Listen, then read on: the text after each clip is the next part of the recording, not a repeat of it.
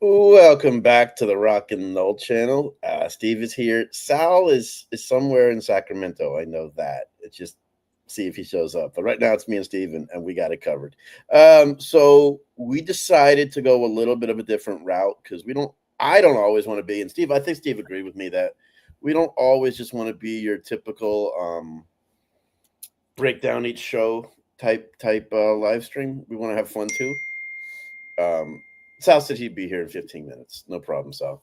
Um, so I had this idea. Steve was all aboard, and we actually did our homework a little bit this week. Um, one sec. I'll tell you this much, Jeremy. Yeah. I'm glad that we went off topic this week. Me too. I'll tell you the truth. Tell us why, because I'm sorry, we were just talking about this. Yeah, I normally wave the flag. Pro WWE. I love almost everything they've been doing.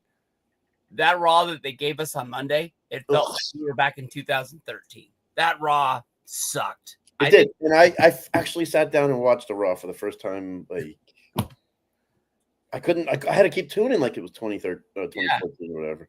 I think we're boring middle parts, average beginning, okay end. They announced the tag match with Roman and Jay, Bronson and Braun today. So I think they're at 11 matches. I think the card's full. They might add a match or two here or there, but like I think we just got to get through the motions. We got one more Raw, we got two more SmackDowns. We just got to get there. SmackDown's bringing the heat in defense to them. Yeah, the Cena Cody segment was amazing, and it went mainstream. It was right on ESPN on their YouTube page right after it happened. So it seems like all the shine is there right now. Yeah. It shouldn't be the case with Roman's return, but that's all they've given us. I mean, we've seen Roman and Jay together so much. It's not like, oh my God, they're reunited. Like, I don't know. It fell in his face the other night. Mm-hmm. I thought Roman's promo was really good. Yeah. But he delivered it awesome. He got his point across. I just think at the end it fell flat. Yeah. And you know me, it's hard for me to like anything at Roman Reigns, and I'm like, oh, best thing ever. Okay. So what else? SmackDown, man, real quick. What'd you think of the Cody Cena segment? I'm surprised they're making Cody look so strong. I'm a forefront runner of saying that Cena needs to hold the title all the way to the end. I don't want him to drop it. I think the story is only going to get better from here on out. I think that they try to stack the deck against him. He asked for stiffer competition. I think we're going to see him in more like multi-man match and things like that, where it's like he has a chance to lose every time he's out there. So I don't want Cody to beat him. So, Cody looking strong right now, I'm all for it because I want Cena to beat him at SummerSlam. If they're teasing a Cody heel, it makes sense then. And Cody's kind of hinted at it. The Rock is kind of, I'm talking like behind the scenes, not behind the scenes, but in interviews. Like Cody right didn't really shy away from that at Fanatics. Yeah. Right before he went out, he tweeted a picture of him wearing a watch. I guess people say that's the Rock's watch. People, he tweeted during the day that he was wearing the Rock's glasses from the Netflix debut. The Rock ain't showing up. Like, I don't care. I ain't falling for it. Like you did in Vegas. I told you not to do it. You can advertise the Rock's at SummerSlam, and I ain't gonna believe you until he's out there walking out the aisle. Even then, I might think it's like some AI version of him that he like had created in a Hollywood studio, and it's not really him. And he's like sitting at home with tequila, thinking he's fooled everybody. Yeah. I don't know. I thought that part of SmackDown was great, but I don't know. I just think week to week the shows, it's been rough. I didn't expect a street fight between those two, but that really leads the door for interference. Yeah, I think it's time for Cena to go babyface a little bit. He was fine as a heel. He even had a babyface moment at the end of the show. Mm-hmm. I think after everything was off, he was walking back and someone screamed, "Love you, Cena," and he turned and looked like that. Mm-hmm. And he's the type of guy that stays in character. Mm-hmm. So, yeah. When you were watching Raw, did you see the throw to like the ad for their new show that debuts on Tuesday on Netflix, the WWE Unreal, where they showed the clip I was very, very excited for that show. It like Because they announced it at Mania, right? yeah, I think it's like a documentary style show from the Royal Rumble to WrestleMania 41. And I thought we were really going to see like the behind the scenes, like the booking That's room, what they said. whatever it is. And they showed that scene from the Royal Rumble where Tozawa got injured and they told that speed guy he had to go out to the ring. That was faker than Monday Night Raw. Like, if that's what the show's going to be, you can keep it. Later in the night, Netflix, during their ads, showed a commercial that was better than what Raw showed. So I don't know if it's a mixture of. It's Netflix. You got nothing to lose by trying to watch it. Yeah, I mean, but like. I know it's not regular cable. You'd have that too, let's say, but it's Netflix. Like, I mean, I like behind the scenes stuff, man. When you see, I thought it was going to be real reality stuff, not like. That's what they said. I mean, Triple H said it's time to pull back the curtain. That's what I thought we were getting. I wasn't thrilled about it because I was like, man, some stuff still needs to be sacred. Last year, at WrestleMania 40, they gave us that documentary behind. I think it was called WrestleMania Behind the Curtain. I'm not sure, but it was supposed to come out right after WrestleMania, and then it ended up being delayed. Did you hear why though? The Rock had his hands in it, and he was but they said from what I had heard, they had even more footage than they thought they would have. Oh, okay, and then it finally came out. That Rock thing it was really, really good. Yeah, and, you got a cool backstory. I think that's what sold this show. I just hope it's going to be like that was. The Rock had to have had his hands in it because with that whole, I just wasn't happy that the fans weren't happy stuff. I was like, oh my God. But it was so well done. Yeah. And when they said we want to take longer to get it right because we got even more stuff, I don't know how true that was. That could have been Dwayne. That's code for Dwayne's unhappy. I don't know. I think he wanted to sit down and do an interview and try to make himself look as of course he did. That's what I think. Of course he did. That's a great point, man. I didn't even think about that at the time. Anything else you want to add about Raw or SmackDown, AEW, anything? No, I just want to get to the show. And I guess since we talked last, we touched on it last week. I didn't watch it full. Like I watched a bunch of clips, but TNA ran Slammiversary. Yeah, it's worth talking about. Just under 10,000 seats. I tip my hat to them. WrestleMania 41 in Las Vegas, they ran Thursday. I'll say that when I got to town, that was one of the most talked about tickets. I think that TNA is fixing their image. It's a place that people want to go. It's what people want to see. Yeah. Even if it is a throwback to what WWF was 10 years ago. It is their booking. I mean, you have to understand that going into it. Yeah, they got a good thing going right now. As long as they can just keep doing what they're doing, I think they're going to be fine. There's no problem with being the number 3 wrestling company in the United States. No, you're making money. Yeah, they were almost out of business. They would have killed to be number 3 how long ago? So absolutely not. I remember the reading what everybody said about them in 2002 when they launched. They won't make 2 weeks. They won't make 2 months. I remember when they did, and they just keep pushing and pushing and pushing. I mean, they've been around. I mean, different ownership. The Jarretts aren't there. The Dixie Carter's not there. But I mean, like, they're still alive. They're still kicking. And I love that for them. I really do. Mm-hmm. So on to our topic du jour tonight. We had talked about it, and I'll bring it up again. We had said, let's do something different. Let's think outside the box. And anybody, if you're in the chat, give us your 5 favorite matches you ever attended. Any reason, anything, we'd love to hear them. And even after this is over, put them in the comments, and we'd love to see them. Mm-hmm. So, I asked Steve, as busy as he is, to do a little homework for me. So the thing was our 5 favorite live matches, because so many times I'm on the phone with buddies, and we discuss this stuff, and it's just fun to us. So I figured, why not do it here? And especially after that Raw the other night. I mean, they teed this up perfectly for us. So I said any promotion, and just we're not going to break down the match itself and why we loved it. And, there was a great spot here. Like, we know the match. It already happened. We're going to discuss it in the sense of why it was special to us. It could be for any reason. It could be, I was telling you before the show, I was having a bad day, and I went to this show, and this match really put me in a good frame of mind. Or I felt like a kid. Any reason. And a couple points is we'll give the matches, but we'll give the matches. Obviously, I'll do one, he'll do one, whatever, but it's not in a specific order because that is hard to do. We might all have our one favorite, but after that, it's really hard to do it. So we're just going to do it, name the matches. It's not in specific order.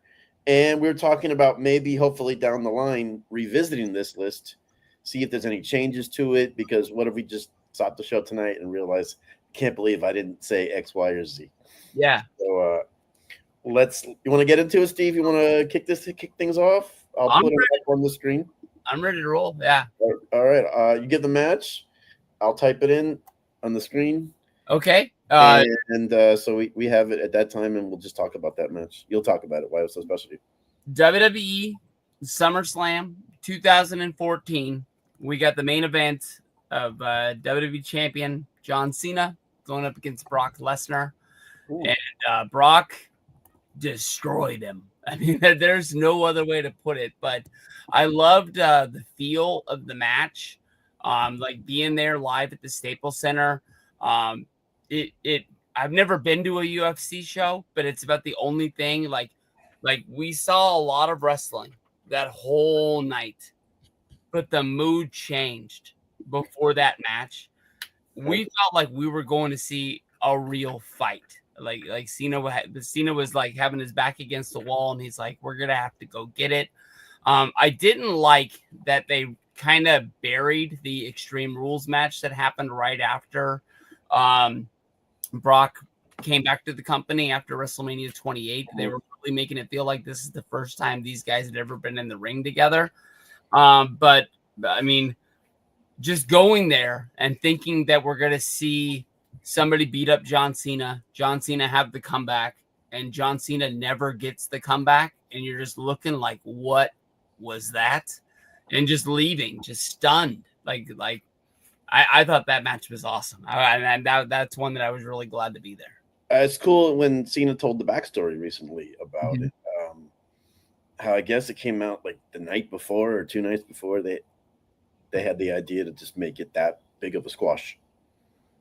I don't know about that, honestly. They said that Paul he had discussed it with, I think, Austin or somebody brought the idea and brought it to Cena, because I guess they were scheduled to have a regular match. And Cena's like, I love the idea, because if we have a 50-50 match, it totally ruins you breaking the streak. Yeah, because what I was thinking was, because we're coming off the heels of WrestleMania 30. Yeah. Daniel Bryan became the champion. Pretty obvious that they really didn't want Daniel Bryan to be the champion, seeing how he was barely going to have a match at WrestleMania 30 before Punk walked out, and they kind of moved things around and they made it seem like we're going to do what everybody wants us to do. Yeah. And let him do this. Right. Thought the plan was for Bryan to hold the belt until SummerSlam, and then this was the match that we were going to see, was just Brock just squashing Bryan. And I think that they just filled it in with Cena because Bryan was hurt. Awesome. I'm going to put mine up. But I do remember that, and I never saw that type of, what did he take, 14 F5s? Yeah, it was just boom, boom. And you kept on thinking, like, Cena's going to do something. What was the crowd like that night? Stunned. Just like, not quite Undertaker versus Brock stunned, but just like quiet. Like it just was. It's like when you're at a baseball game and your team's losing 11-0, and you're like, "There's nothing we can do. There's nothing we can do. We're just waiting to the end." Awesome. So I'm gonna put mine up and explain it. Okay, mine. It's on the bottom right there. Oh, I see now. Kevin Owens versus Sami Zayn at WWE Battleground in Washington D.C. Mm-hmm. One of the most insane matches I've seen live. The storytelling these guys did. I understand they've had a million matches together. They're as close to being brothers as you can be without being blood brothers. But it was insane. I remember saying this match, like, I was like this during the match, and I don't do that too often. But I remember I was like, man, this is one of these rare times where that fight forever chant actually means something. Oh, yeah. This is awesome chant means something. I still go back and watch that match sometimes. It was that good. I was like, this is insane. So I don't know if you remember that match or not from that Battleground. It was the first Battleground show they did. Was it 2016? Yeah, and the main event was Roman. It was the Shield main event. Yeah, okay, that's right where I was going. Yeah. I think we're coming up on the anniversary of that, like soon. But Yeah. I took a small hiatus from wrestling in Mhm. 2016, and it wasn't long, but that is something that I did miss out of the deal. Okay, so yeah, that match was awesome to me. When we're done, or when I'm talking, go over to Amazon. There's a book that's on pre-order. It should be coming out sooner than later. It's titled Fight Forever. I was just looking to find out who the writer was, but I couldn't find it. But it's called Fight Forever.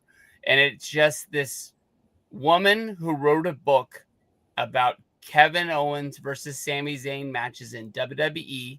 I went and looked at her a few weeks ago when I first heard a podcast with her talking about the book. She doesn't even write wrestling books. Right. It just these matches spoke to her so much that she just started writing, and it became a book. Sorry, we got to run in real quick. There we go. There he is. Sorry about that, guys. I was running a little late today, so there we go. No problem, man. We just he was talking about a book right now. We just did our first matches, so oh, nice. you haven't missed. It's good timing, Sal. Good run in heat. There we go. Welcome, Sal, everyone, man. Welcome back, making his return to the channel. Love the Slash guitar in the background. Oh yeah, that little wait on his birthday. My internet finger. There it is. Yeah, you see his birthday today. Shout out Slash. Is it his birthday today? Happy birthday, Captain. So I did my first match, and first off, full disclosure, Sal, it's not in like order. Okay. 5. It doesn't. It's just your 5 matches. I don't care. My top 5. Okay, gotcha. It's your top 5. If you put 1, it could be your 3. It could be your 1. It doesn't matter. Gotcha. So he had John Cena versus Brock Lesnar. He was at that SummerSlam match where Brock had like 14 F5s on him. Oh yeah. That was and, I had Kevin Owens versus Sami Zayn for my first match from Battleground. Nice.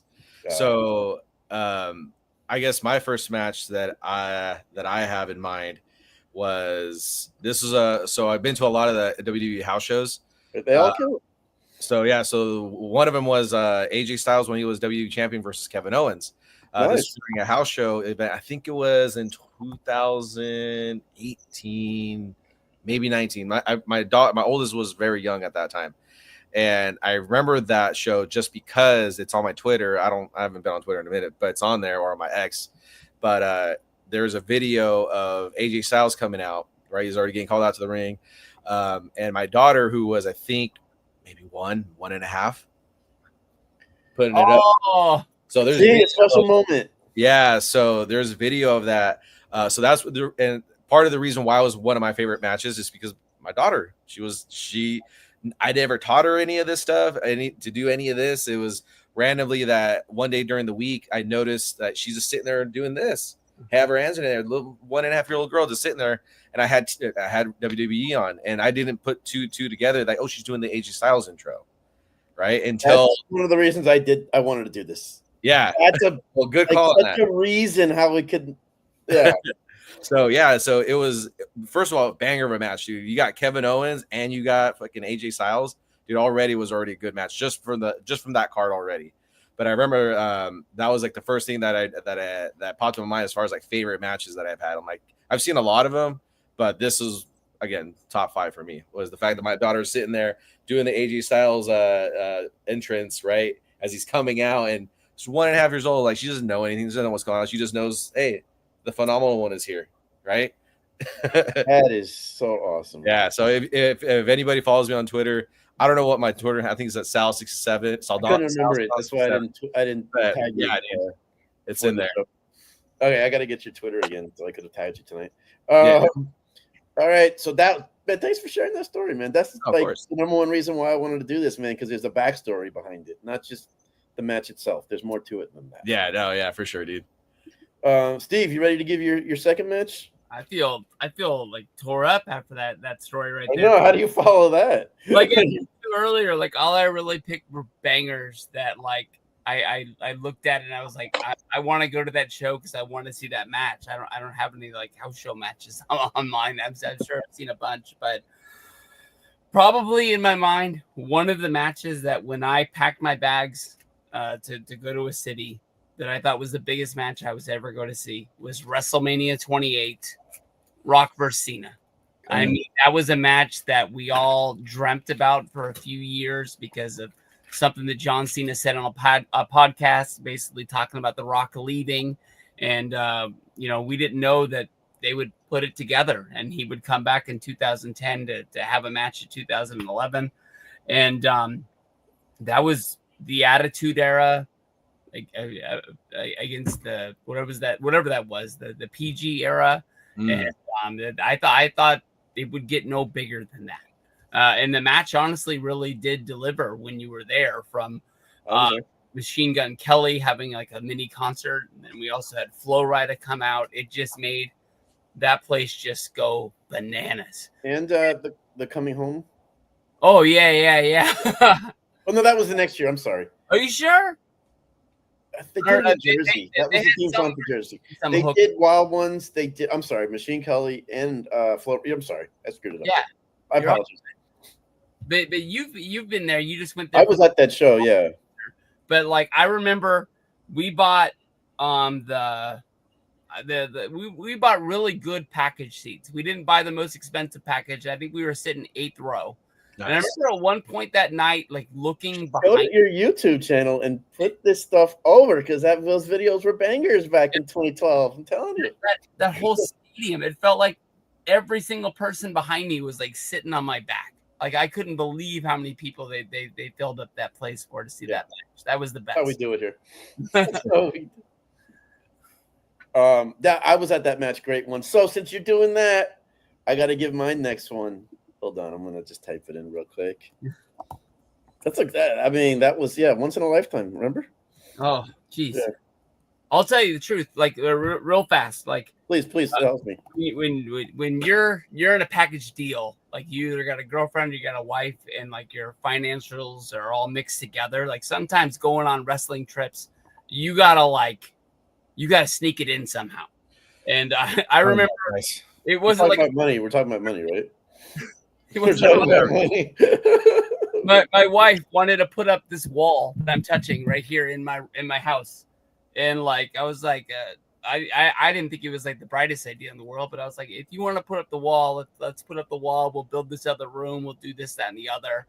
And I left the room, and I came back like 2 minutes later, and I was like, hey, since we're doing this stuff, like you get to do that. Do you mind if I go with my friends and we go to Miami and we go to WrestleMania? And she's like, well, how much money do you think it is? To this day, I cannot believe she believed me. I said, I can do this trip for $800. And we were good to go. And that was now you've told that whole story so anyone can hear it, Steve. It was still $800. You actually saved $100. Yeah. With inflation now versus 2012, it's really like you did a favor, man. You did a job. That's what you did. You did. All right, I'm going to give my number 2. It's actually from that show. One of my I still watch this match. I know I said about Taker versus Triple H, the Hell in a Cell, WrestleMania 28. You killing me, Small. When you brought up Rock Cena, I was like, yes, I can get this one in. I know it's not like we're drafting or anything, but that match, I 3 times I thought the streak was over. Oh, yeah. I don't know if you can tell a better story in a match, even down to when they were in the ring and then the Metallica music hit and the cage came down. Yeah.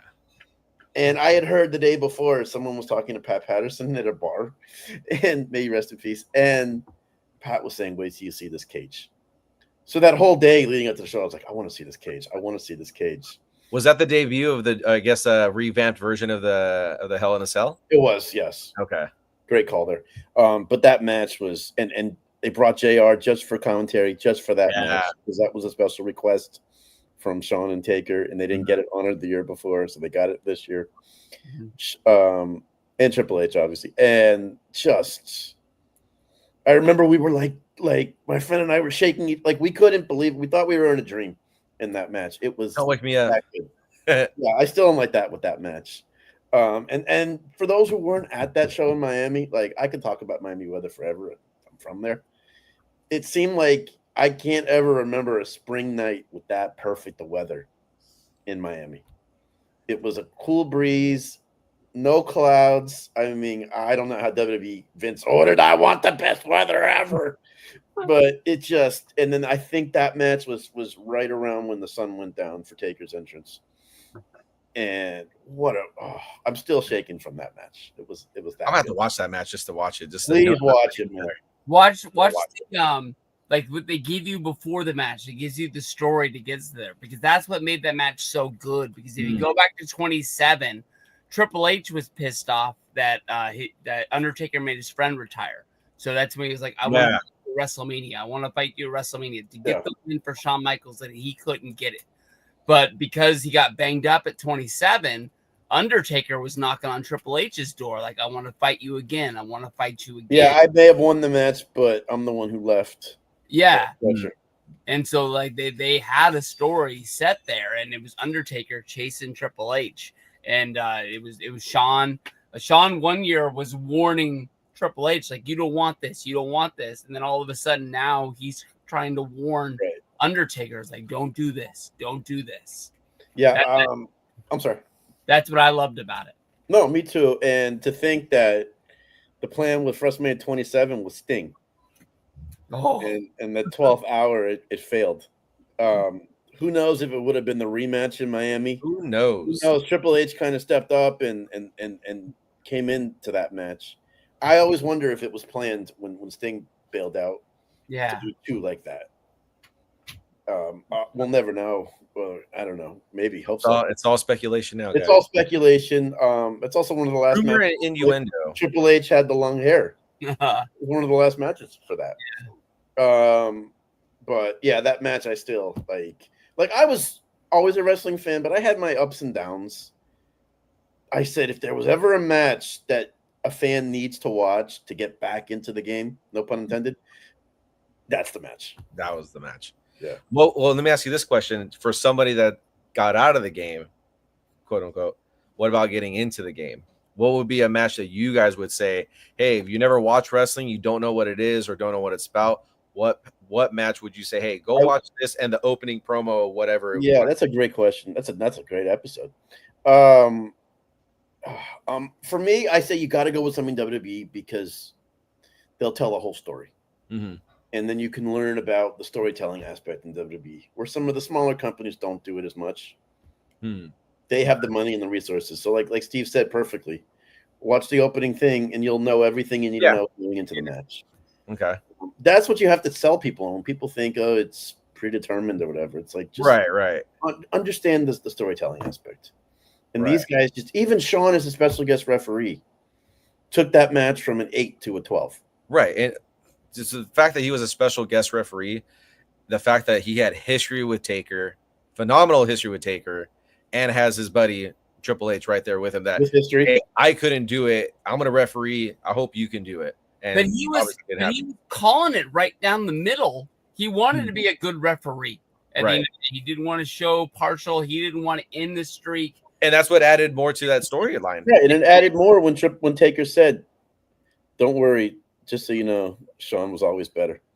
Oh, and that's what got him to take the match. But what was it that crossed the line for him? Like Taker that comment, because he kept saying, "I know what I have to do to beat you, and I'm just not going to do it."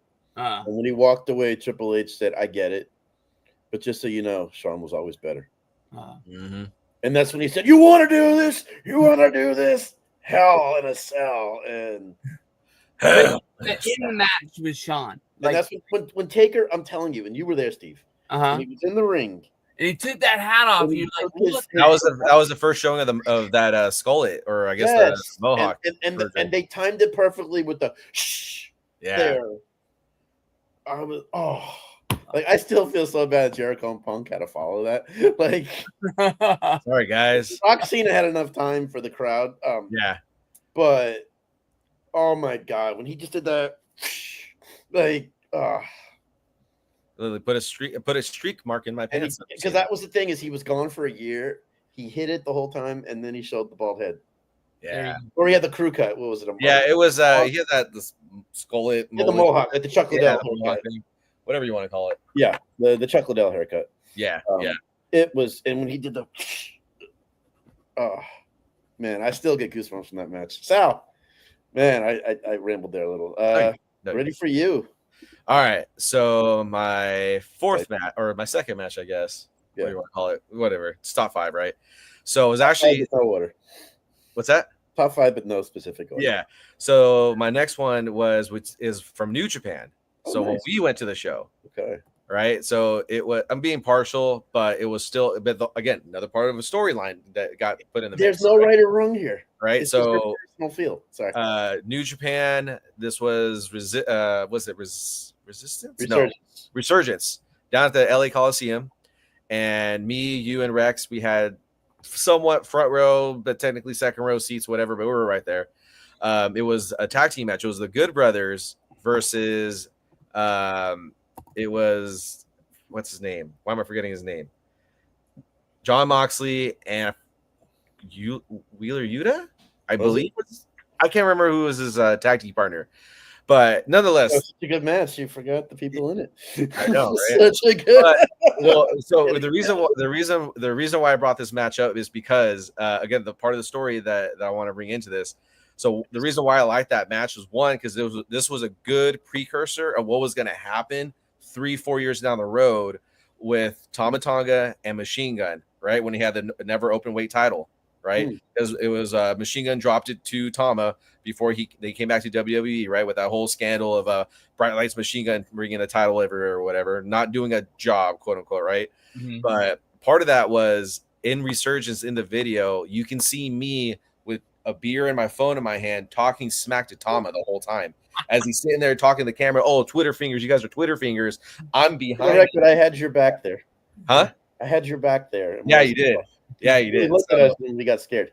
Yeah. But no, the match was still a banger. I thought, dude, because they were just there, dude. You can tell, like when they were laying it in, dude. Mm-hmm. And Moxley was not trying to not lay it. It was a hard show because everybody had to be quiet, basically. And yeah, dude. I was just you were that guy, so I love you for that. Yeah, I didn't understand that part. I guess it was I don't know. New Japan does have that kind of vibe. Yeah, I guess when you're red-blooded American, as much as I like to hoot and holler and drink my beer with no recourse of anything. So hence the thumbnail picture. Yeah, exactly. Exactly, right. I needed a picture for you and ding ding ding. I needed a picture. So I thought it was a great match regardless, dude. It was a hard-hitting match. They did a Magic Killer on. I'm pretty sure it was Wheeler Yuta, but I'm pretty sure they dropped him on the side of the on the other side of the apron there. Right where we were sitting at. So like hitting the pavement, you could hear it like, damn, dude, that was a thud. Again, predetermined, whatever you want to call it. But dude, I don't know anybody else that could take a bump and just be like, oh yeah, I'm gonna walk it off and do it again tomorrow. And then for the next 3 That's Kevin Owens how he survived all this time. You know what I'm saying? So, but that was one of my favorite matches, just because now seeing again. I got it right here for you, Sal, that match. I looked it up. Okay. I'm sorry to interrupt. Keep talking. No, yeah. So you're right. You're damn close. Sorry, it was the Good Brothers. They beat Moxley and Yuji Nagata. Ah, that's what it was. Okay, yeah. Okay, I remember. So yeah, I was just going through my phone because I have so many pictures and so many videos from all the shows. That was also a really fun day. So it just that was a whole other But episode. that was part of the experience. Yep. That was one of my favorite ones. You drove 6 hours for that match, essentially. What's that? You drove 6 hours for that match. I sure did. I put the time in for the boys. You put time in. You made towns. No, that was a fun night, man. Like we still talk about it. So yeah, we'll never die. Like I said, there could be a backstory that just let's say it doesn't have to be the best matcher, but that moment it made it special. Right. Man, that was awesome, man. Thanks for bringing back. I could talk about that night. Steve, you want to give your number 3? Anything you want to say, or we touched on it last week. Okay. So we don't have to go way into it, but Hulk Hogan versus Goldberg, Nitro, 1990, nice. Georgia Dome. Ooh. I was listening to a podcast talking about the history of WCW around 1998, and like people think it's when like the ship was starting to go down, but if you look at like their gates, they were doing like football stadiums week after week, not for paper, for nitros. Yeah. And, I remember announced that match on a Thursday for Monday. I know. But we got so lucky because we bought those tickets months ahead of time. We didn't know what it was going to be. It was just Nitro coming to the Dome. So we bought tickets, and news comes out about 2 weeks ahead of time that there's going to be. I remember the ads saying dark match, like Goldberg versus Hollywood Hogan, and was like, oh wow, and probably it was just going to be like a DQ match to put Goldberg over. And then I remember watching Thunder, and JJ Dillon just comes out in the middle of nowhere and he makes the match on TV, main event. It's going to be for the title. And we just were like, oh my, we knew we were going in there to see history. I remember it was me and my friend Case, and we felt like we won the lottery. When we got there, the Georgia Dome was 99.5% Goldberg fans. They were loving it. And I was the one true Hollywood Hogan fan. I was that tattoo. I just saw that. Yeah. When they were chanting Goldberg, every time like that little second where they weren't, I was cheering Hogan.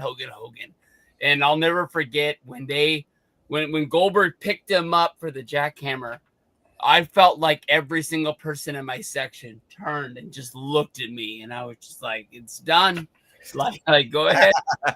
It's over. Like, you guys are right. The first time he did the right before the jackhammer. Yeah. And I mean, I didn't get a chance to go to a pay-per-view until 2002, but I felt like that was the biggest thing I'd ever seen in my life, that was on VHS tapes and like people would talk about for the rest of the time.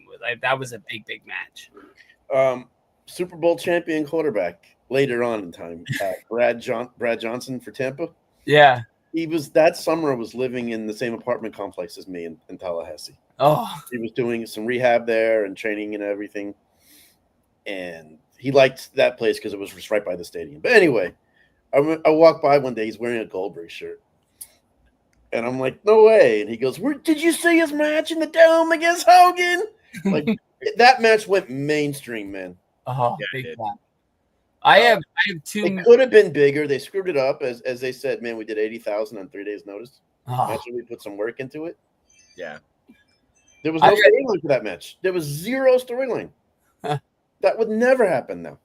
Yeah, big. I mean, and then you could tell it really messed up what was going on, because coming out of that show, I guess it was Bash at the Beach, if I remember right. Like, Goldberg has a championship match, and all of a sudden, Kurt Hennig, Mr. Perfect, is the number one contender. And then Hogan is in that tag match WCW too with Rodman, and it was just like, I guess we kind of messed that up. But and then he was against DDP at Halloween Havoc. Yeah, because when we passed MGM Grand, I reminded you of that, and you were like, "No way!" That's where the cable went out or something, or the pay-per-view got cut off. They ran out of time. They didn't plan the show right, and they just figured that they would let them go as long as they wanted to, and they found out the hard way.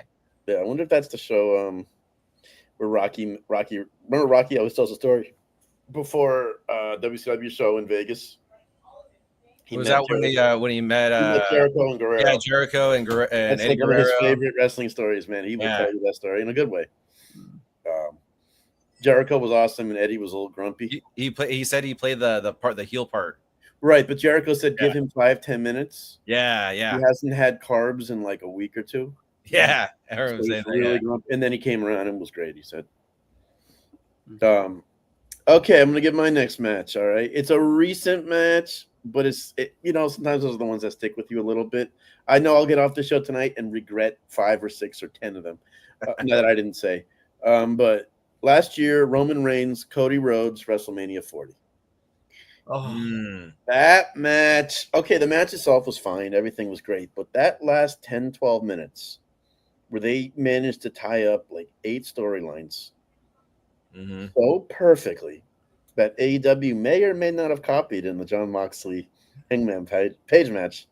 But it works. I don't care. And just when Taker's gong went off and Cena's music hit, and you were like, and then The Rock's music hit, you felt like a kid again there. I mean, I was with our Sal and I's friends, Ray and Colin, and we were just blown away. And fans were hugging after that match and like shaking hands. Like It was like the tying of generations it really was. with the new, with us old guys now, I guess. Yeah. It's just that marriage of generations. Like, damn, Yeah. everything just lined up perfectly. It was just seeing The Rock and Cena face off after first time since 29. Right. Taker doing the choke slam. You know, there's some people griping on the way out. Oh, that should have been the Austin spot.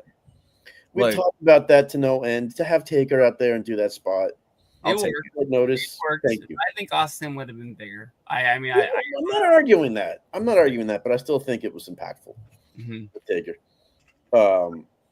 And they have history too, so I never understood that. But yeah, if Austin's music hit, but it was still incredible. So yeah, that match still sticks with me. Very end, very end. Did you think that Ambrose was coming back? No. I won't lie to you. I thought he was there. I was running. Did you really? I was running to get a I was shield. like, why the heck is the Shield music I was playing? like, oh, I actually thought when they hit the Shield music that somebody in the back screwed up. oh, that makes sense. Because I couldn't see Seth Rollins right away. He kind of slithered in. And from where we were sitting, you had to really look. And I thought somebody, Just pushed the wrong button. I said, yeah, push the red button instead of the blue button or something. I really did. And then I saw Seth in the ring, like couldn't move, and they took him out. But then Roman closed out that chapter with the chair shot. Mm-hmm. Because that's how Seth turned on them. Mm-hmm. So I just thought that was so well done, man. And whoever put that together, kudos to them. Man, I still think, and I Cody, like to see show. Cody finish that story, I was so happy for him. What a way to finish it. Yeah, that's the feather on the cap right there. Yeah, and the guy's never been a world champion WWE. His dad got screwed. Brother, I mean, it was cool. Mhm. Yeah. And it just made so much sense because so many people were so ready to come at the company with riot gear after he didn't win in LA the year before. Oh yeah, everybody I was was. there for that one. And it showed it all made sense the way they did it. So Sal, man, I can go by that match forever. You got a number 3? So my number 3 was a more recent one. It was with what I thought was one of the better matches from WrestleMania 39 LA for WrestleMania Hollywood. It was with Charlotte Flair and Rhea Ripley for the title, right? So that was I'm trying to remember this from memory of that night. And mind you, dude, if you guys know me, I like to party, and I party pretty hard for 2 days straight. But nonetheless, that was a really cool match for you too. That was a really good match in my opinion, just because to me it was that passing of the torch. I love Charlotte; she's done great in this business. But hey, you know what? The 4 horsemen, respect every one of them. But it's like now the next generation is coming in to start making their headway, and this is where Rhea Ripley won that title. And I was like, damn, dude, you know what? That was a good story to me, just because one, I got more invested as they were fighting it, right? Because like you got Charlotte already 13-time, 12-time women's champion already coming down the aisle, right? Uh-huh. You had Rhea Ripley, who's the young up and comer, the underdog, or whatever you want to call her. And there's no way in hell she's an underdog. Bottom line, she's the top dog at this point, right? But the fact that at the end they both put on a really good match, and I was sold, where you see Charlotte just on camera, just laughing and smiling in the camera, knowing that she lost, knowing that she was at this pedestal, right? And she got knocked down. And what do you do when you get knocked down? You normally get back up, but we didn't see her for a while after that. Yeah. You know, she was hurt, right? Yeah, she went away for a while, which, you know, that's part of the whole passing of the torch. You know, as one star, I don't want to say she faded out, because she's definitely not. But one star was fading out into the sunset. The other star was shining brighter than ever, dude. And that was, I would say, for anybody that's a wrestling fan of any level, like that's the epitome of a true WrestleMania championship match. You know, I agree. I remember after the match, I'm sorry, Rhea in that post conference. Yeah, said her and I took it personally that we weren't the main event, right? And they went above and beyond. And this is my only gripe with this. So. And that's what they said. I didn't say I agreed either way. Right. This is my take on it. If any promotion that's putting on, and again, I'm not running the promotion, but any promotion, in my opinion, has a world title match, and you're prompting your title, this WWE Women's Champion, to be the title to win in this company. Why is it not closing out the show? Yeah. Why? Again, no disrespect to Sami Zayn and to Kevin Owens, because they did the tag titles that same night, but which was a main event storyline. Second to last match to go on, in my opinion, right? Well, or the first match, depending how you do it. But I think Cena had to open the show that night. Yeah. But ultimately, I still did felt it right. They did it right. Closer. I'm tired of the women's stuff. Not that I don't respect and love them, because I do, but there's nothing that they don't do now in WWE that the men do. Right. You have a women's rumble. You have a women's Money in the Bank. You have a women's everything. There's everything. So it's a casket match. All the first evers are done now. What'd you say? I said I'm waiting for the casket match. There hasn't been. Yeah, all the first evers are done now. So now it's just what makes sense. Yeah. That night, Usos versus Kevin and Sami made the most sense by far.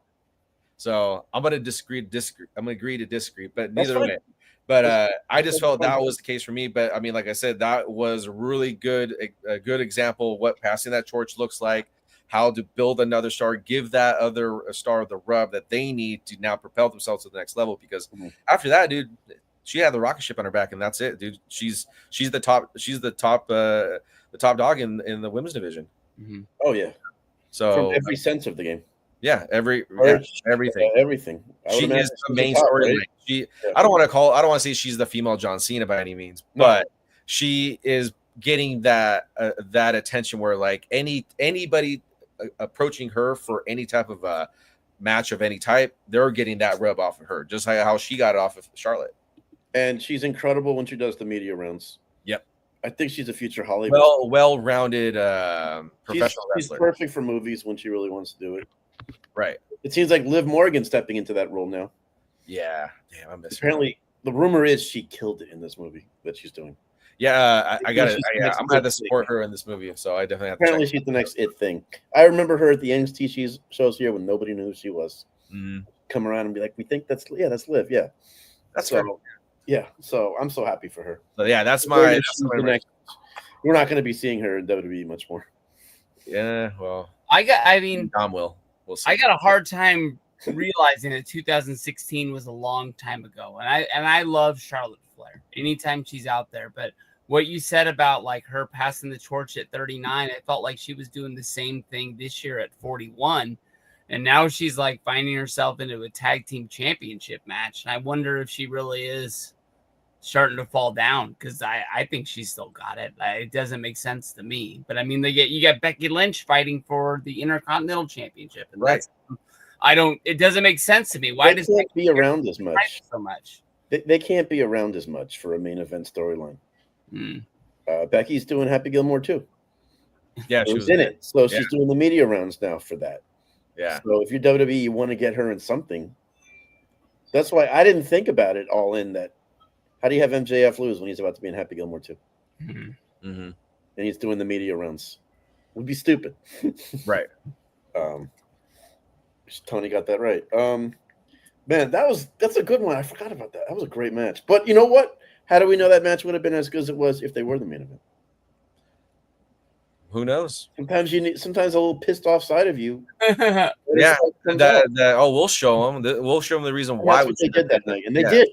They did. I respect it. No matter what, at that point, no matter however I feel like, they should have been the closer. But I mean, like you said, maybe if they were the closer, maybe they would have had to put on such a banger of a match that time.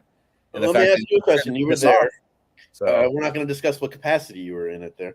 That's neither here or there. Yeah, exactly. It's just rumors on the but what was after that match? Was it one of those where the crowd was like drained, like, oh God, and then they rebuild back up for Kevin and Sami versus? Yeah. That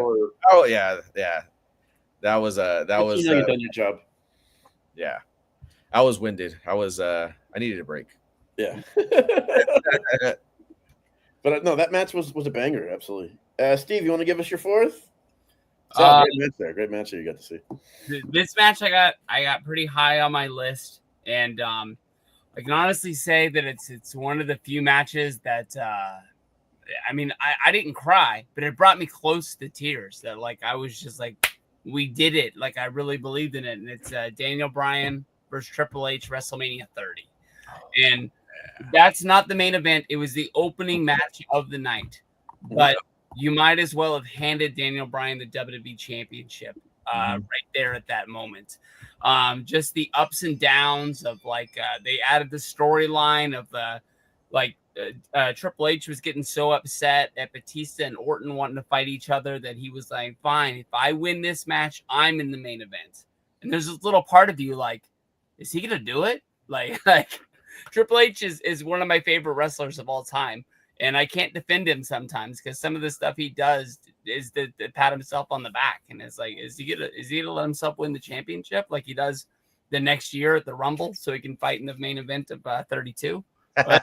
Then next year. I was there for that. But Bryan versus Triple H was just all the emotions of just like somebody that we were behind, and like it wasn't to that extent, but it was like when Zack Ryder wasn't getting pushed in 2010. He started making those YouTube videos. People got behind him, and then he climbed up the card. I mean, like Daniel Bryan was supposed to be in a match against Sheamus, probably on the pre-show of WrestleMania 30, and us getting behind him pushed him all the way to being like the main event guy. And then it hurt my feelings that he came out with an interview like just this week, said it's not one of his biggest moments of his career. He doesn't really look back on it. And I'm like, dude, I was in a dark place after that. So he had gone through a lot. So I get it. But man, that was I was there. Yeah. I jumped into my buddy, my buddy Justin's arms. I gave him this big hug. Like we're not normally like that. Like we don't like hug each other on a daily basis or anything. But I was just like, like I needed that at that time, I guess. But I was pumped that he won it right there. Sal, do you remember that match? Which one was?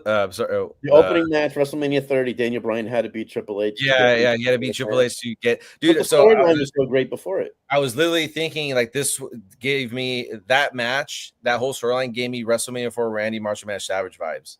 Oh, because he had to go through the whole tournament, right? Yeah, and then like Triple H different gear for every match. Hogan was Triple H then because Hogan was trying to win it, but then he ended up getting taken out, disqualification or count out, I can't remember, with Andre the Giant. So that took him out of the match. Yeah, double DQ. So that took him out, right? But he was already banged up and beat up by the time he had to wrestle the $1 Million Man, right? Who was fresh. Yeah. So exactly, $1 Million Man, he got a bye in one of those matches. So he was fresh to go. Yeah. So with Daniel Bryan going through literally Savage had 4 matches that night. Yeah, he had 4 matches. Wow. Yeah. In different gear for every match. Yeah, different gear for every match. If it would have done it right, we could have got Savage Steamboat in the second round. But but after WrestleMania 3, you didn't want to like put that in a short match. Yeah, you couldn't. Yeah, after you can't do that in a 10-minute match after you had. Yeah, and it's like, how do you? I think that was on Sal's original list that he sent me. Savage Steamboat, WrestleMania 3.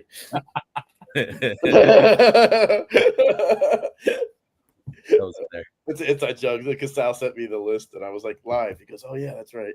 Yeah, I completely misread the text. I'm like, actually being there. Oh, I think it's like top 5 matches I ever seen. Like, well, that's one of them. Steamboat says it still amazes him that people still talk about that match. Oh yeah, dude. I mean, it's what a lot of people say that I've heard is like same thing. Like if you want to watch a wrestling match, like just a straight up wrestling match on how to wrestle, how to get a crowd drawn in, right? How to keep them locked in, like how to get the crowd reaction into it. They had they scripted the whole like the two of them, like Savage had a pencil and paper and they practiced the match for like a month. Yeah. Rule number 37. Yeah, rule number 30. I would have forgot. I'm like, all right, what's number 93? Like, what's number? Was this the second fall finish? He said Randy was that detail oriented. Yeah. I remember that I never seen it, but that Steamboat DVD that came out probably 2010 or whatever it was, it had like a documentary. Like the build up to that match, to why they did it was like Savage, I think he DDT'd Steamboat right on the floor with no mat. And then he did the I'm sorry, he did the belt. He did the bell, but then he no, it wasn't the DDT from it wasn't from Jake Savage. did that to somebody. But it It's- was Savage from the top rope did the bell onto the throat. Fell on his larynx and he couldn't breathe. I thought it was real.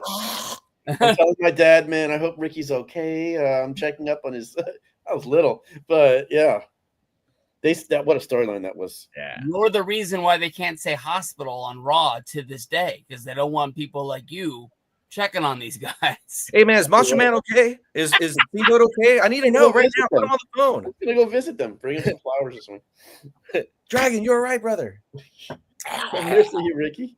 In 1990, I wrote Hulk Hogan a postcard telling him please get well soon, and I got added to the WWF mailing list. I got a postcard. It was like just printed on like an autograph from Hulk Hogan, and I thought that was real for years. It's Like, real to me, brother. That's awesome. I remember the old WWF magazine. Was the only way you can get merch. oh yeah, You had to like go into the box, fill it out, mail a check. Yeah.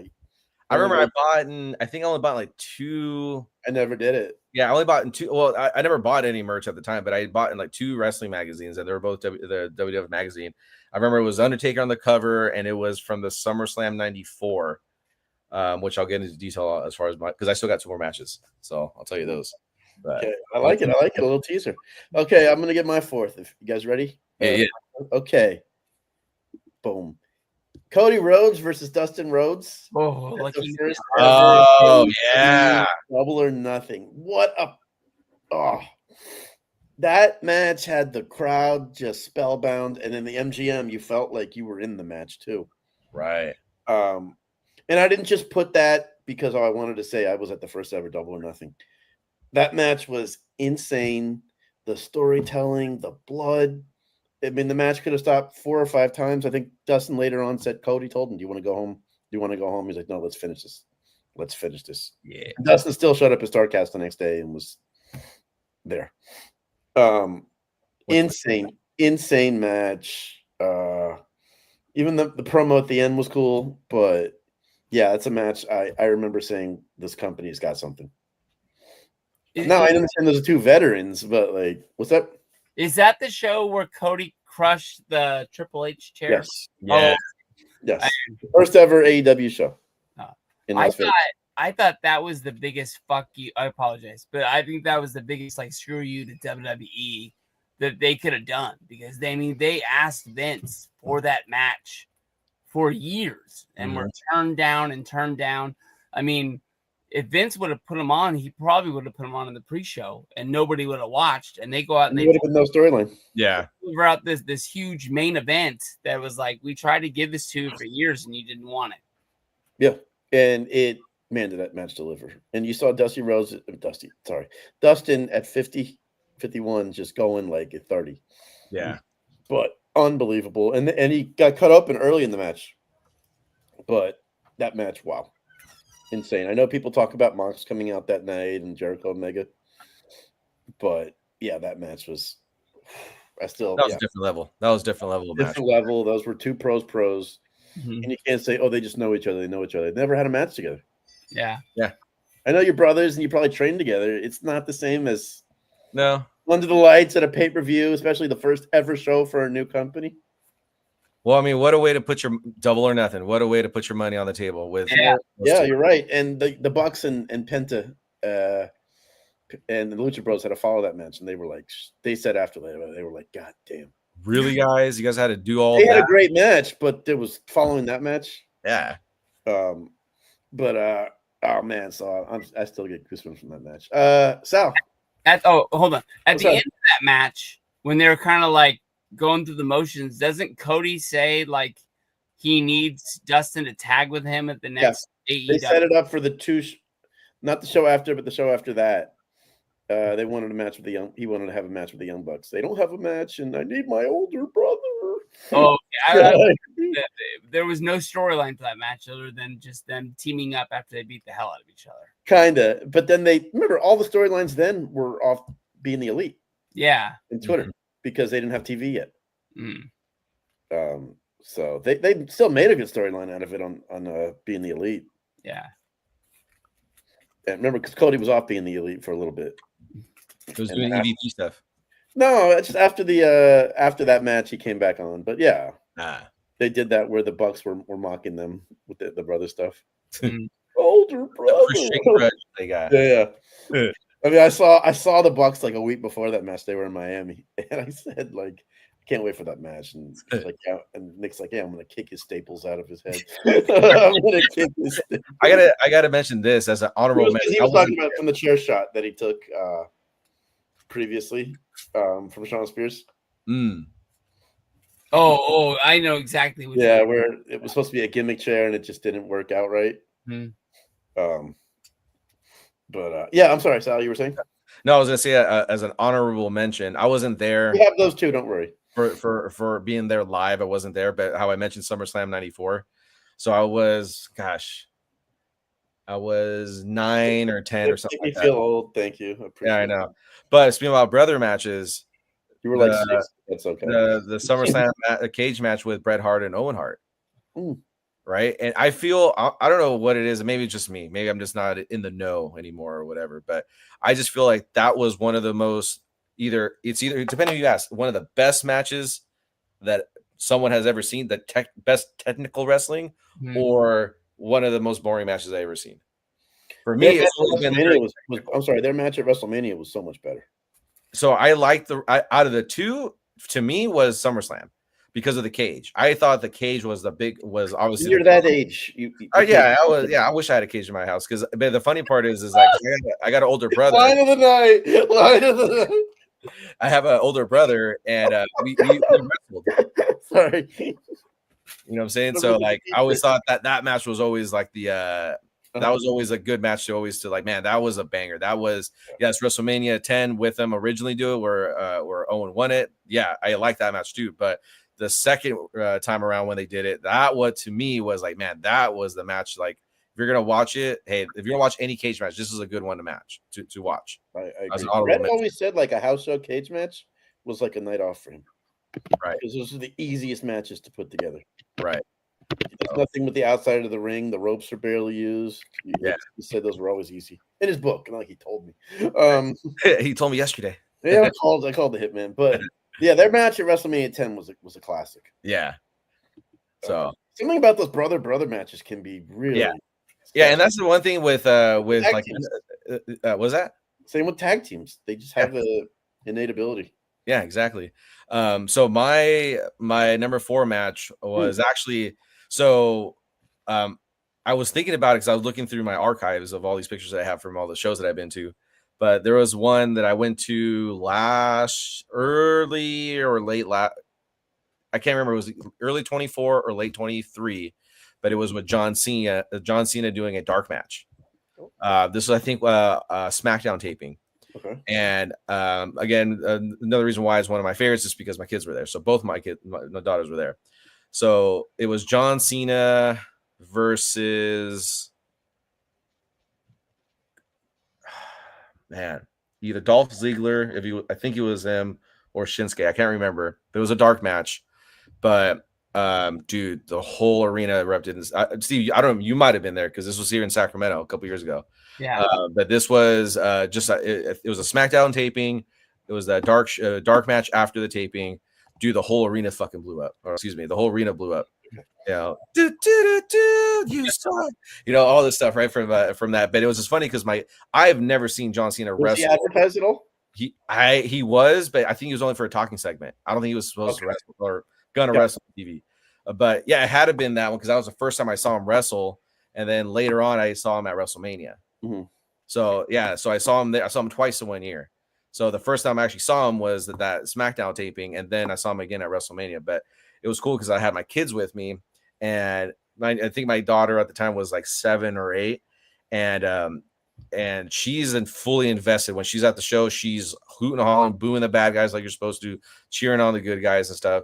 So she's watching John Cena, and I'm like thinking like, man, this is like that those moments as a dad or as a wrestling fan. If you have kids, it's like, man, like I saw Hulk Hogan with my dad, or I saw Undertaker with my dad, and now it's like I saw John Cena with my dad. right? So I was like, man, that was pretty cool to have that. But the funniest part was my daughter is yelling, "Come on, John Cena, you can do it. You can do it." This little 7-year-old girl hooting and hollering her head off. And there's a group of guys right in front of it. Yeah, doing all that, right? And there's a group of guys, group of guys in front of us, and they're like chuckling, they're having their little good time. And I'm just thinking, like, man, you guys are like 30, 40 years old, and you guys are kind of like laughing at this little girl who's believing this is, quote unquote real. Supposed to be. Yeah, right. How it's supposed to be, right? To her, it was, because I painted that picture as a true wrestling fan. No, kayfabe's real, girl. Yeah, he's really hitting her, or he's really hitting him, and all that. But of course, John Cena won, and thanked the crowd, and she was on top of her chair, like, "Yeah, let's go," the whole time. Yeah, dude. So I got a video of her just cheering on, and in that one. But it was a good match, because again, we had decently closer seats. So being able to see John Cena actually wrestle, like, little on TV, you see it, but just to see it in person is a whole different thing. I didn't record anything like from the match itself, just because I was like making this mental image in my head, like, all right, this is it. I got my kids, I got John Cena. This is living in the moment type of thing for me. Mm-hmm. So that was, to me, one of the best matches I've seen live, just because of that scenario. That's awesome. This is what this is all about, man. Not to sound lame there, but it's truth. I couldn't tell you it was a 17-star match, and I don't care about that shit. I want, man, because it has to be a personal reason behind it. Yeah. And that's why I'm with two real people who are going to tell me that. If you bring on some, like, regular person, and be like, well, this match was great because there was a spot with a Hurricane Rana that turned into a DDT. Like, I don't care about that stuff right now. There's a personal reason why it just hits you. Right. Because at this point in our lives, we've probably been to a lot of matches. Yeah. It's hard to really stand out. Yeah. Where you walk away and go, wow. You'll see, oh, that was a good match. It was a good match. And then you go about your day. Right. For it to stick with you all these years later, yeah, that says something. Exactly. Steve, you ready for number 5? Bring it on home. But Sal's given us like 2 good reasons that mean a lot to me, because it like, he brought his kids to the show. My 2 girls have never shown an interest in wrestling. I've never been able to bring. I guess didn't have an option. I'm sorry. They had no options with this one. I get that. On a side note, did you look at the Raw tickets that came out today, like the pre-sales? No, I haven't. I know they're coming to town, but I haven't seen it. I'm one of my really good friends is the one who's like, dude, we're going. I got 4 tickets for you and your family, so we all go together. That's awesome. I'm kind of waiting to see, and seeing if I need to buy my own. Obviously, I will. So I looked today, and like I make pretty good money. I'm not poor like I once was in my life earlier. That's that's good. I looked at the tickets today, and I was like, I'm not paying that. Like, I think they're going to kill moments for guys like you that like the young dads. Like I don't like where people on a budget. Any age. I've sat on the floor 1,000 times. Like, I don't need to sit there because I know how expensive it is. But a seat in the hundreds should not be $200 to go see Monday Night Raw. That's just too much money to me. Like, I don't know. I just giving you money. Yeah, I don't know about that one. WWE, if you're watching this, think about the families. Think about guys like me who love pro wrestling since being knee high, who are now taking their daughters who are and literally I name my daughters certain names, with the first and middle name, because they sound like pro wrestling names to me. That's awesome. That's awesome. Man. So WWE, you're watching this, lower your ticket prices. Yeah. But guys, like, don't just sell me on the last row of the upper deck and we'll give you a hot dog and popcorn for the buy 4 package. Like, no, right. Like decent seats. Come on. I know they got to fill the upper deck too. But come on. Help me be a long. The families in the upper deck, like how nice.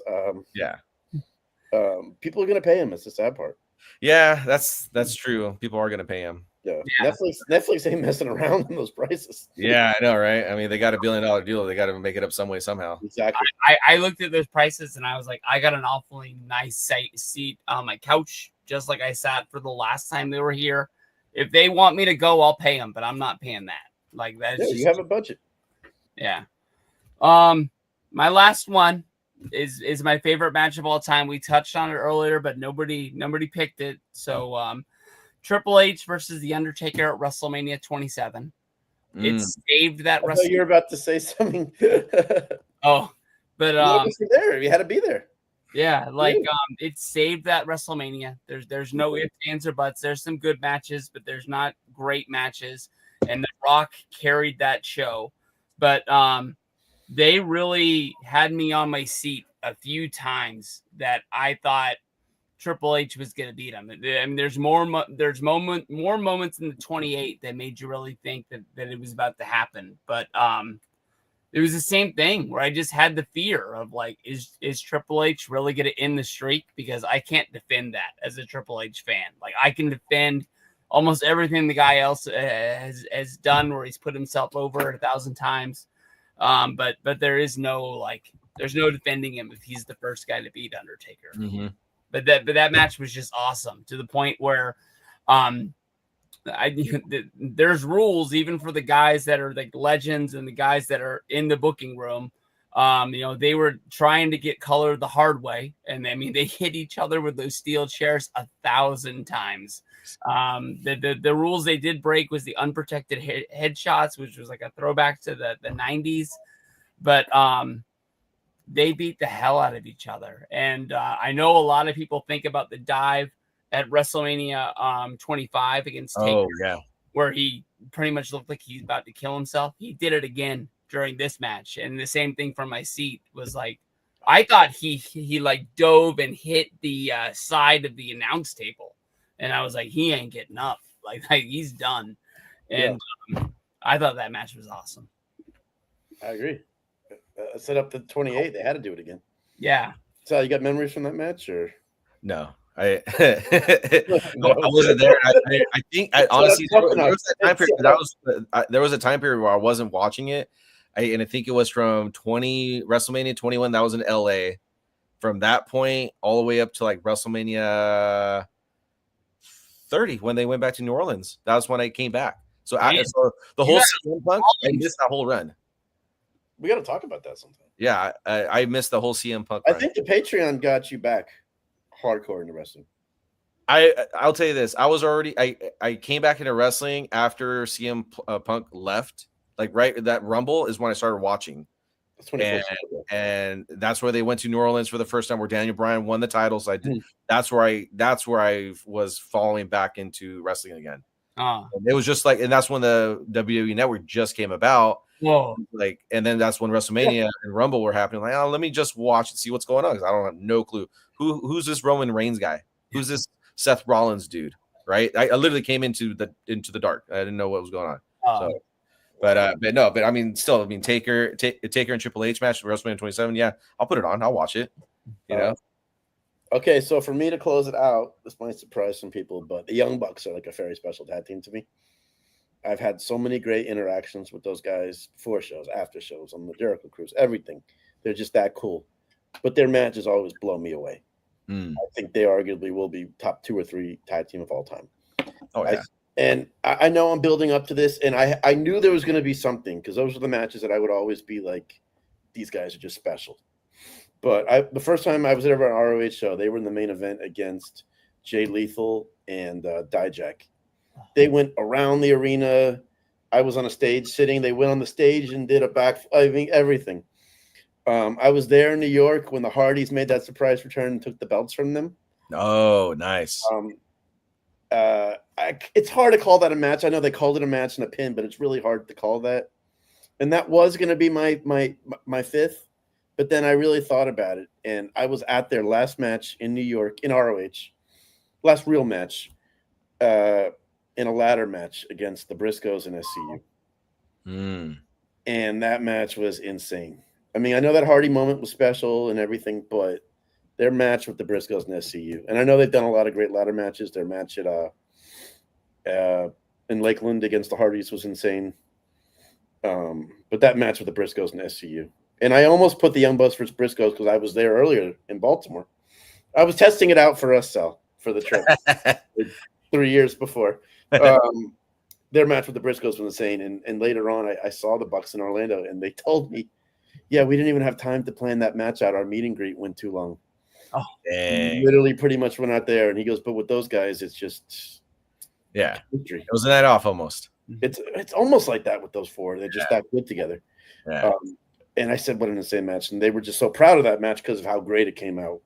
Right. during the circumstance, because the Bucks were those guys. They were doing meet and greets and make sure everybody got to see them. Yep. Everybody got to see him. And if it meant they had to get ready real quick and run out there, they would do that. But that match with SCU and the Briscoes and the Young Bucks was so awesome because it was SCU's last match there. It was the Young Bucks' last match. The Briscoes won for the however many times.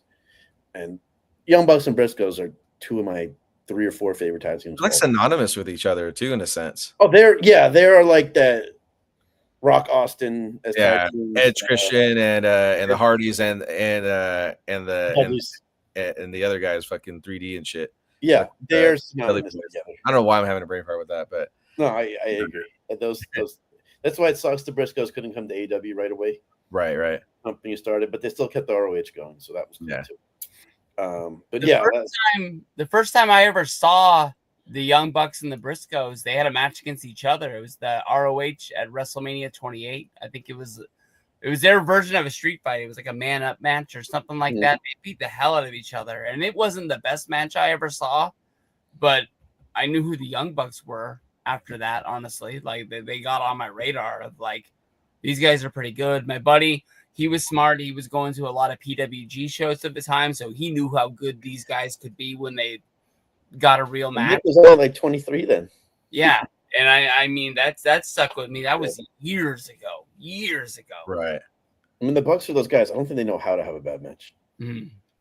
Yeah. They could try to have a bad match and just wouldn't be. It would be still a banger. That's why I was torn. I was really close to putting the Bucks versus Hangman and Kenny. Oh, yeah, I Revolution. was there. You were there too, Steve. Yeah, I was really close. I mean, it was like flipping coins. And then I said, fine, I'm going to find a way to say them, a bunch of them, but did the final one. And then I said it had to be that ROH one. So sorry for me rambling there. No. That was a match that I was sitting there and just being like, is this real life? Like, this is. That was like 4 brothers going at it, if you think about it. Steve, Sal, that was from before the pandemic, that pay-per-view, AEW Revolution. Starting. Okay. Yeah, like that week after, 2 weeks after. But the main event was when Jericho dropped the belt to Monster. Gotcha. Okay. But that I mean, Meltzer gave that a 5-star like the day after. He's like, I don't even need to watch it again. Not that he's the all end all. I'm not saying he is, but he's usually like, I'm pretty sure about this match, but I still need to rewatch it. That one, he's like, no, it's just 5. It's done. But Sal, give us number 5. I've loved your backstories, by the way. Oh, thank you. So number 5, oddly enough, this is ending in number 5 is ending in a tag team match. So it's funny that you were mentioning it. So this is taking it back. So this is going back to 1999. So this is another WWE house show. I think like 12 at the time. Yeah, I was 12. It was me and my brother, his girlfriend at the time, and then some other buddies. This is the height of Stone Cold and The Rock. Okay? This is the height of now the Brothers of Destruction. Okay, and I gotta say this other funny part too, because it wasn't a best match for mine, but it was just a funny occurrence that happened during a match. But yeah, it was Stone Cold, WWE champion, and it was The Rock doing a tag team versus the Brothers of Destruction. So, dude, let me tell you this: for anybody that is born after the Attitude Era, Roman Reigns this, or John Cena, fucking what's his name, CM Punk, that, whatever the pop these guys get, I don't give a rat's ass, son. But Stone Cold, the music hits, dun, dun, that's it. Yeah. Everybody else lost their minds in the stadium. Okay, this is at the Arrowhead Pond. You hear the glass break. Everybody got out of their damn chairs. The air got sucked out of the arena. That's what it seemed like to me. And again, mind you, I'm 12 years old. I'm throwing the middle finger up in the sky. My brother's next to me. He's just laughing at me the whole time because I don't care. I was hooting and hollering for my hero, Stone Cold Steve Austin, right? Sitting all 4 corners, and you see and mind you, no one has this anymore. The flashbulbs. Oh yeah, dude! I've never seen so many flashballs in my life. I've been to Disneyland, people taking pictures at night or whatever. But dude, this is a whole different experience. This was pre Bray Wyatt with the lights, with our camera phones, right?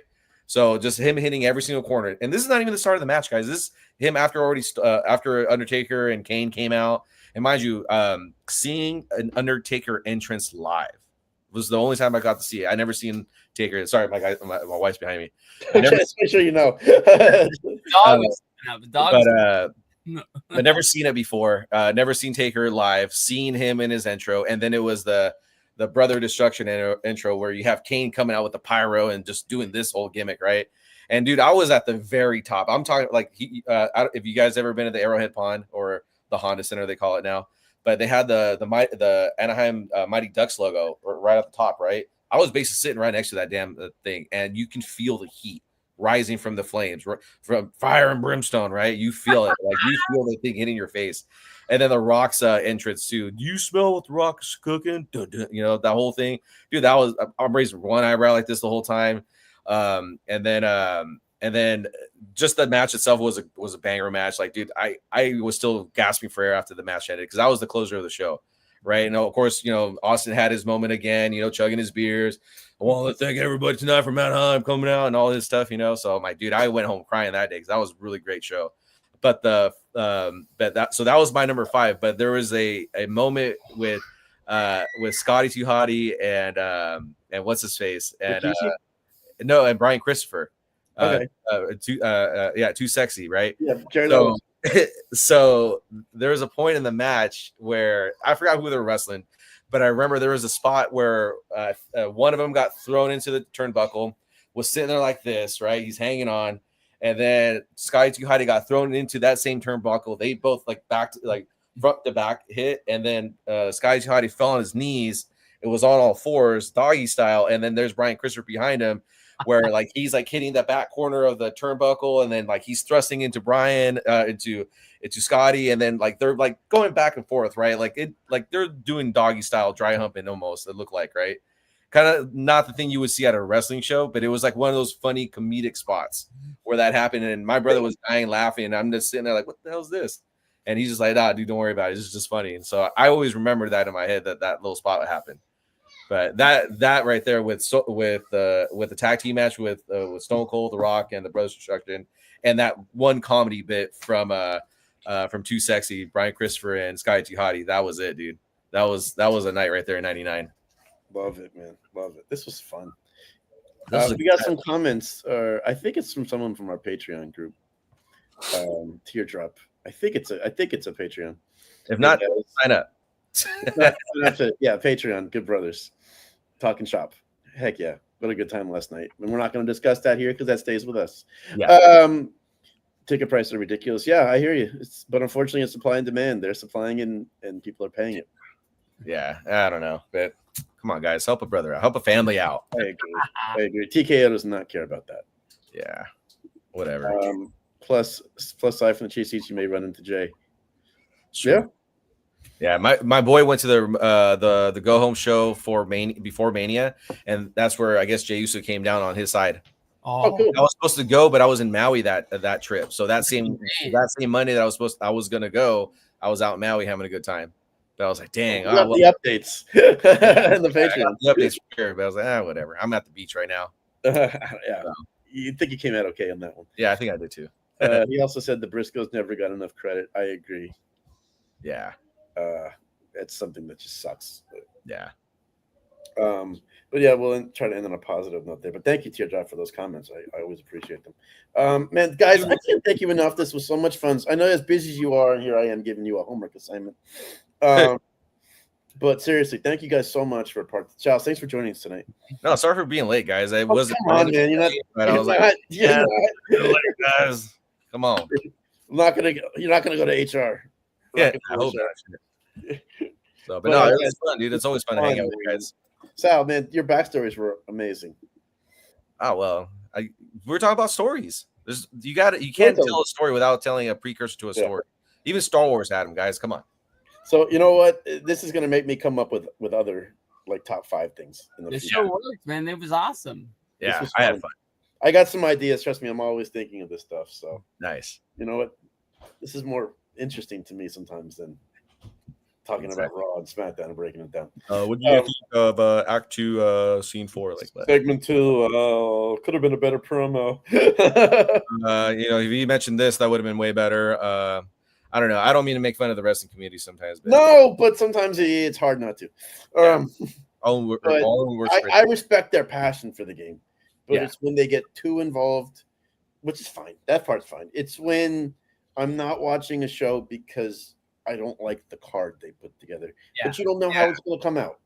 Yeah. If you're just saying I'm not going to watch it because I'm just not, but don't act like you should be the booker. Like, you don't know the long-term plans. Yeah, it's chill, dude. Enjoy it. Enjoy it for what it is. That's the always thing I've always been saying about wrestling.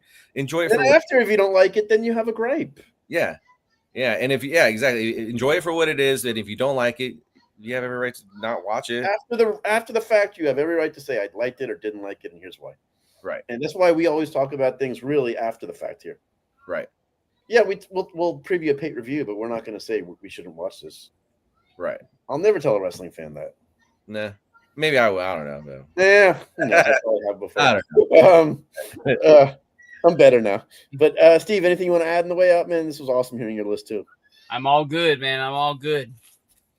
Sal, you brought the heat tonight, man. Oh man, heat. I'm just trying to have some fun with you guys, man. I always enjoy talking wrestling. Always, me too. So, like-minded individuals, cultured individuals, just like myself. Yes, we're all a hard gem to find out there sometimes. I agree. But those of you who watch us after, please let us know in the comments. I'm sure Steve and Sal want to hear yours as well. Yeah. And those of you who watched tonight, we thank you. In closing, anything you guys want to add? Floor's yours, guys. Party hard. Thank you. Party hard, guys. Don't let up. Don't let age get in the way of anything. Don't let age get in the way. Just party hard, and that's it, dude. Yes. Steve? I'm all good, man. We're all good. Thank you guys for joining us, and we're going to do more of these, everyone. Thank you. All right. Get this off. Hold on. Sorry. Technical difficulties. I'm nervous. No, you're fine. There we go. No, the thing got